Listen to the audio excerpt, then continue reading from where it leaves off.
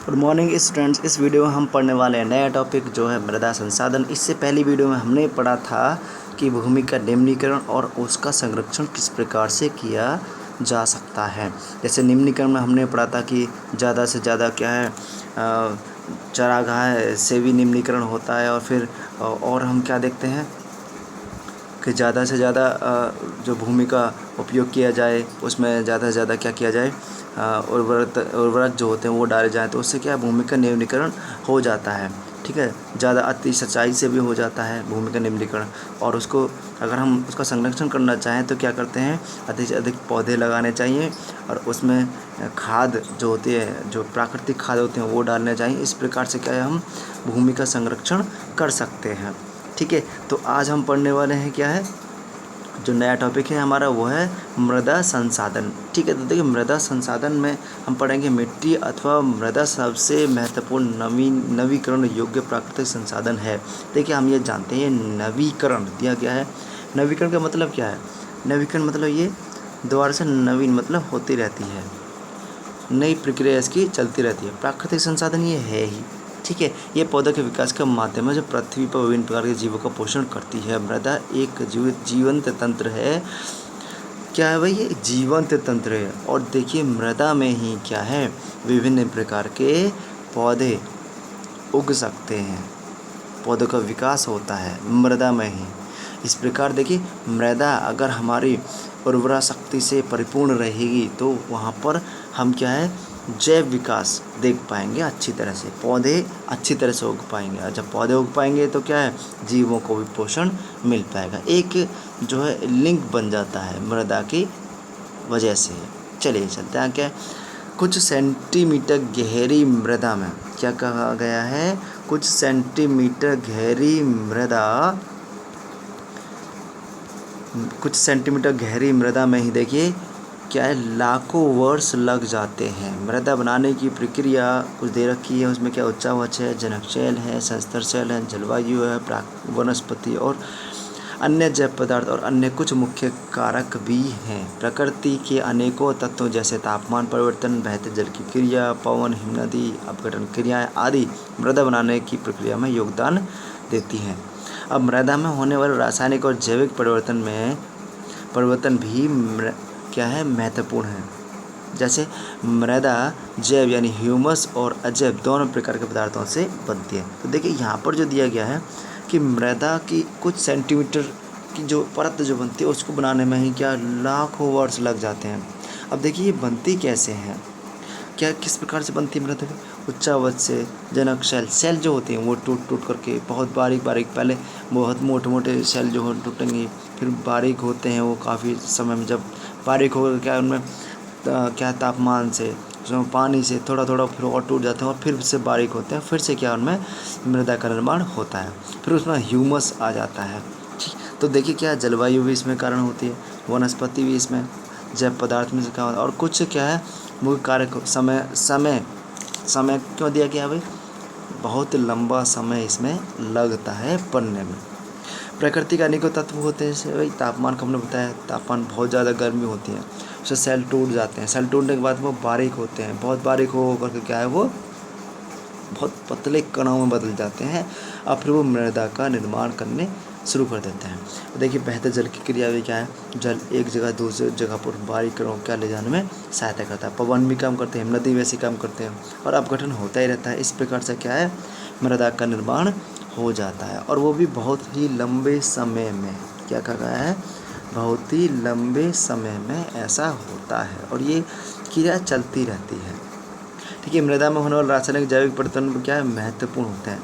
रासायनिक और जैविक परिवर्तन भी क्या है महत्वपूर्ण इसकी भूमिका निभाते हैं। ठीक, तो मृदा बनने की प्रक्रिया को निर्धारित करने वाले जो तत्व होते हैं उनका रंग हो गया, उनकी गहराई होगी, गठन हो गया, आयु हो गया, रासायनिक और भौतिक गुणों के आधार पर क्या है भारत की मृदाओं के प्रकार दे रखे हैं, वो हम पढ़ेंगे।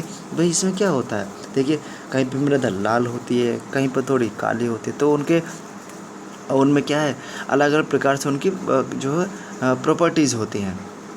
भाई कोई मृदा है ज़्यादा पानी सोख लेती है तो कहीं पर पानी रुकता ही नहीं है, ठीक है। तो उनमें कई सारे उनके ये गुण जो होते हैं रंग के अनुसार भी होते हैं। अब ऐसा हो सकता है कि जो मृदा एकदम से ऊपर पट्टी पर है कुछ और तरह की है, तो थोड़ी सी नीचे उसकी थोड़ा हम गहराई में जाएंगे तो कुछ और प्रकार की मिलेगी। ठीक है। तो ये सारे के सारे जो इसके गुण हैं ये हमको देखने के लिए मिल जाते हैं। ठीक है। तो अब हम थोड़ा सा देखिए इसके विषय हम जान लेते हैं कि हम जो चित्र यहाँ पर दिया गया है उस चित्र में मृदा के विषय में थोड़ी सी जानकारी दी गई है, उसको थोड़ा सा यहाँ पर हम देख पाएंगे। अभी ज़रा देख लेते हैं क्या है उसके विषय में। तो इसकी परतें दे रखी हैं और उन परतों को क्या है हम जान पाएंगे। यहाँ पर देखिए ये दिया गया है, देखिए सबसे ऊपर ऊपरी संस्तर की मृदा क्या है, ऊपरी संस्तर की मृदा यहाँ पर दी गई है। ठीक है। सबसे ऊपर उसके नीचे है उपमृदा यानी अब चट्टान है, यहाँ पर बालू गाद सिल्ट व मृत्तिका ये दे रखी है। उससे नीचे का है अधस्तरीय अपक्षयित आधारित चट्टान है। ठीक है। उसके बाद में क्या दी गई है, देखिए अपक्षय रहित आधारित चट्टान है। ये इस प्रकार से क्या है परत दर परत दी गई है। तो मृदा परिच्छेदिका ये बनाया गया है इस प्रकार से। ठीक है ना। तो चलिए अब हम जो पढ़ने वाले हैं वो है मृदाओं का वर्गीकरण, और ये टॉपिक बन जाता है बहुत ज़्यादा इम्पोर्टेंट। भारत में किस प्रकार से मृदा का वर्गीकरण किया गया है। ठीक है। चलिए ध्यान से आप लोग सुनेंगे पढ़ेंगे इसको। तो पहला नंबर जो दिया गया है वो दिया गया है मृदा का प्रकार है वो कौन सा, जलोढ़ मृदा।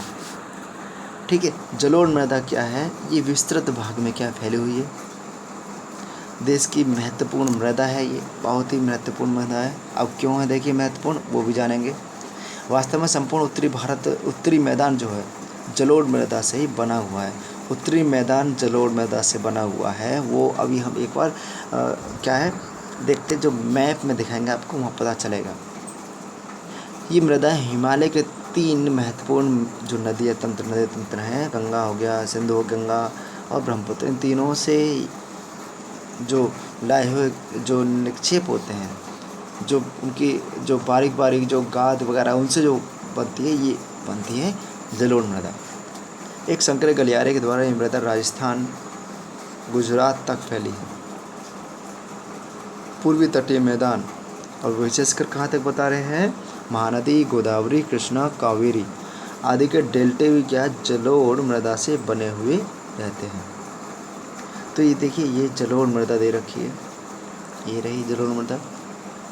कहाँ तक बताया इसके विषय में भाई, कहाँ तक है, इधर गुजरात से राजस्थान वहाँ तक है, पूर्व तटीय मैदान तक दिया गया है। और जो डेल्टा जो होते हैं किसके डेल्टा हैं, महानदी के, गोदावरी कृष्णा कावेरी, ये सारी जो नदियाँ हैं ये आपके पूर्वी ओर हैं, मतलब दक्षिण पूर्वी ओर देखते हैं। तो दक्षिण पूर्वी ओर अगर उधर देखते हैं तो आपको क्या मिलेंगे, वहाँ डेल्टा मिलेंगे इनके, और वहाँ डेल्टाओं पे भी क्या जलोढ़ मृदा का निर्माण देखने को मिलता है। ठीक है। तो एक बार हम एक काम करते हैं, आपको मैप में ले चलते हैं और उस मैप में आपको ये अच्छी तरह से पता चल जाएगा कहाँ हम बात कर रहे हैं। देखिए हम बात कर रहे थे ये जो भाग दिया हुआ है कुछ राजस्थान का भाग है, गुजरात का भाग हो गया, पूर्वी उत्तर मैदान ये हो गया। यहाँ देखिए ये यहाँ पर डेल्टा मिलेगा, गंगा ब्रह्मपुत्र इसका डेल्टा जो है। इधर देखिए यहाँ पर ये भी आपका ये भाग ये डेल्टा है, क्लियर। तो अभी हम कह रहे थे गोदावरी महानदी कृष्णा कावेरी का डेल्टा, यहाँ पर भी क्या है जलोढ़ मृदा हमको मिल जाती है। देखिए यहाँ तक नीचे तक दी गई है, यानी दक्षिण पूर्वी भारत में क्या है जो दक्षिण पूर्वी जो घाट है, पूर्वी घाट जो वहाँ तक हम क्या जलोढ़ मृदा का निर्माण मिल जाता है, क्लियर। तो ये अब हम चलते हैं आगे, देखिए कौन सा है जलोढ़ मृदा के विषय में और जान ले थोड़ी जानकारी क्या दी गई है। वो दी गई है ये कि जलोढ़ मृदा में रेत सिल्ट मृत्तिका के विभिन्न अनुपात पाए जाते हैं। रेत सिल्ट मृत्तिका के विभिन्न अनुपात पाए जाते हैं इसमें। नदी के मुहाने घाटी में देखिए और ऊपर की ओर हम जाते हैं तो मृदा कणों का आकार क्या है बढ़ता जाता है। कहाँ से, नदी के मुहाने से घाटी में ऊपर की ओर जाते हैं, यानी मुहाना मतलब हो गया जहाँ पर नदी गिरती है, उससे ऊपर की ओर मैच जाएंगे तो क्या है, मृदा के कणों का आकार क्या है, वो बढ़ता जाता है। ठीक है, तो अब नदी के मुहाने तक यहाँ की बात हम कर रहे हैं। और क्या हो सकता है,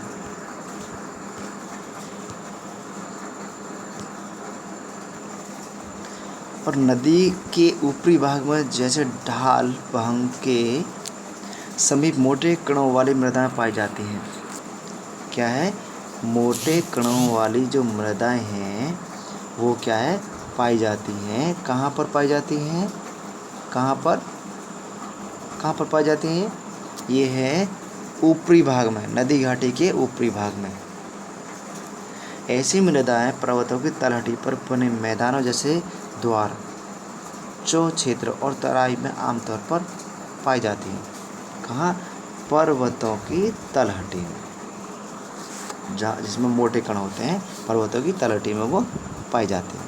अब यहाँ पर एक इम्पोर्टेंट फैक्ट आने वाला है, वो देखें क्या है, वो ये है, कणों के आधार पर, कणों के आकार पर या घटकों के अलावा मृदाओं की पहचान उनकी आयु से भी होती है।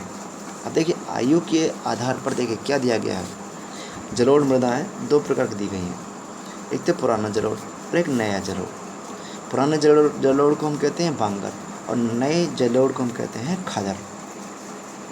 बांगर जो होती है, बांगर मृदा में कंकड़ ग्रंथियों की मात्रा ज़्यादा होती है, और खादर में क्या है, खादर मृदा में बांगर की तुलना में ज़्यादा महीन कण पाए जाते हैं।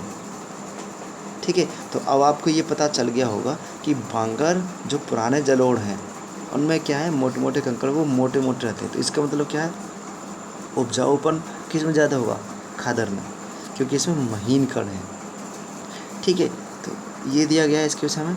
जलोढ़ मृदाएं बहुत उपजाऊ होती है, बहुत ही उपजाऊ मृदा होती है जलोढ़ मृदा। अधिकतर जलोढ़ मृदाएं पोटास, देखिए ये एकदम इम्पोर्टेंट फैक्ट दोबारा से आया है। अधिकतर जलोढ़ मृदाएं पोटास, फॉस्फोरस, चूना युक्त होती हैं। तो इनके उपजाऊ होने का कारण क्या है, वो ये है, इसमें पोटास पाया जाता है, फॉस्फोरस पाया जाता है और चूना पाया जाता है। अब इसकी वजह से ही गन्ने की खेती, चावल खेती, गेहूँ खेती और जो अन्य अनाज होते हैं यानी, और देखेंगे उसे दलहन, इनकी फसलों के लिए ये बहुत ही इम्पोर्टेंट हो जाती है। कारण पोटास, फॉस्फोरस और चूना ये सब पाया जाता है। अधिक उपजाऊपन के कारण जलोढ़ मृदा वाले क्षेत्रों में गहन कृषि भी की जाती है, और यहाँ जनसंख्या घनत्व भी अधिक होता है।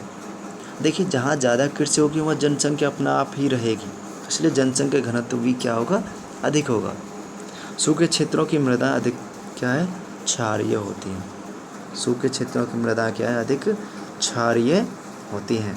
इन मृदाओं का सही उपचार और सिंचाई करके इनकी पैदावार क्या है, बढ़ाई जा सकती है। तो कब कभी ये क्वेश्चन पूछ लिया जाता है कि भाई सूखे क्षेत्र की जो मृदा होती है उनके जो गुण हैं वो किस प्रकार से हैं, वो क्षारीय होती हैं या अम्लीय होती हैं।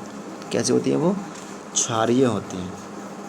ठीक है ना, चलिए आगे चलते हैं, एक टॉपिक और देख लेते हैं। तो काली मृदा, काली मृदा के विषय में हम जान लेते हैं।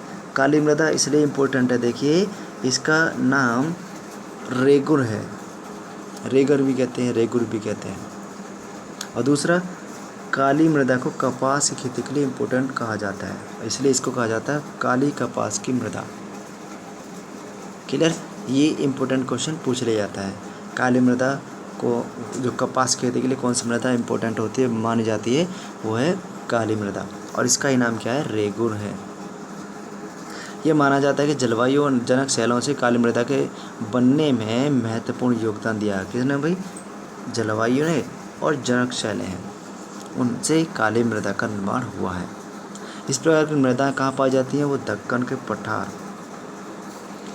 कहाँ है, दक्कन पठार, वहाँ पाई जाती हैं। इस क्षेत्र के भी उत्तर पश्चिमी भागों में, दक्कन के पठार के भी उत्तर पश्चिम भागों में पाई जाती है। और इसके अलावा भी देखिए क्या है, और क्या है, और है आपका इसमें लावाजनक शैलों से ये बनी हुई रहती हैं। किससे, लावाजनक, ज्वालामुखी उद्गार आपने सुना है। ये ज्वालामुखी उद्गार जब होता है तो इसमें से लावा निकलता है और वो ऐसे ऐसे आता है। ठीक है, इनसे काली मृदा का निर्माण होता है। अब स्पेशली जगह दी गई हैं कि किसी राज्य में ये पाए जाते हैं, तो वो है महाराष्ट्र हो गया, सौराष्ट्र हो गया, मालवा यानी मध्य प्रदेश, ठीक है, और आपके छत्तीसगढ़ के पठार में पाई जाती हैं। ये सारे ही भाग जो आ रहे हैं आपके दक्कन के पठार के हैं। और दक्षिण पूर्वी जो दिशा है, दक्षिण पूर्वी दिशा में गोदावरी कृष्णा नदियों तक भी क्या ये फैले हैं। काली मृदा जो होती है, काली मृदा बहुत महीन कणों से और मृत्तिका से बनी हुई रहती है। इसकी नमी धारण करने की क्षमता बहुत अधिक होती है। इसके अलावा क्या है इसमें, कैल्शियम कार्बोनेट, मैग्नीशियम, पोटास और चूने, ये तत्व क्या होते हैं, परिपूर्ण होते हैं। इसमें क्या होता है, मैग्नीशियम, पोटास, चूना और कैल्शियम कार्बोनेट, ठीक है। परंतु इसमें फास्फोरस की मात्रा क्या होती है, कम होती है। बस ये क्वेश्चन पूछा जाता है कि काली मृदा में इनमें से कौन से तत्व नहीं पाए जाते हैं, तो वो है फास्फोरस। ये मात्रा बहुत ही कम होती है। गर्म और शुष्क मौसम में इन मृदाओं में गहरी दरारें पड़ जाती हैं, जिसमें इसमें अच्छी तरह वायु मिश्रण हो जाती है। गीली होने पर ये मृदा चिपचिपी हो जाती है, इसलिए इनको जोतना मुश्किल हो जाता है। इसलिए इसकी जुताई मानसून प्रारंभ होने की पहली बौछार से ही शुरू कर दी जाती है। तो देखिए ये किस प्रकार से, देखिए मैं आपको इस प्रकार से बता रहा हूँ। ये अब काली मृदा है, ठीक है। जब धूप पड़ती है, गर्मी बहुत पड़ती है, तो ये क्या है, मृदा में इस प्रकार से दरारें पड़ जाती हैं। अपने अखबारों में कभी कभी देखता है किसान बैठा रहता है और उसमें मिट्टी कैसी है, दरारों वाली मिट्टी दिखाई जाती है, तो काली मृदा का ही उदाहरण दिया जाता है। और इसको जोतना बड़ा ही मुश्किल पड़ जाता है, इसलिए किसान क्या करते हैं, मानसून की पहली बौछार होती है उसको उस समय पर क्या है, उसकी जुताई करते हैं, ठीक है। अब आपको इसको हम मैप में दिखा देते हैं। तो काली मृदा कहाँ कहाँ बताई गई थी। देखिए काली मृदा हमने बताया था महाराष्ट्र है, मध्य प्रदेश है, ठीक है, और ये दक्कन का भाग जितना भी दिया गया है वो सब काली मृदा का है। देखिए दिया ये सारा जितना भी है, यहाँ पर गुजरात का थोड़ा सा भाग है, ये सब काली मृदा का भाग है। आई थिंक ये दोनों टॉपिक आपको अच्छी तरह समझ में आएंगे। नेक्स्ट टॉपिक जो हम पढ़ेंगे और नेक्स्ट वीडियो में पढ़ेंगे, और वो है हमारा कौन सा, लाल और पीली मृदा। तब तक के लिए गुड बाय।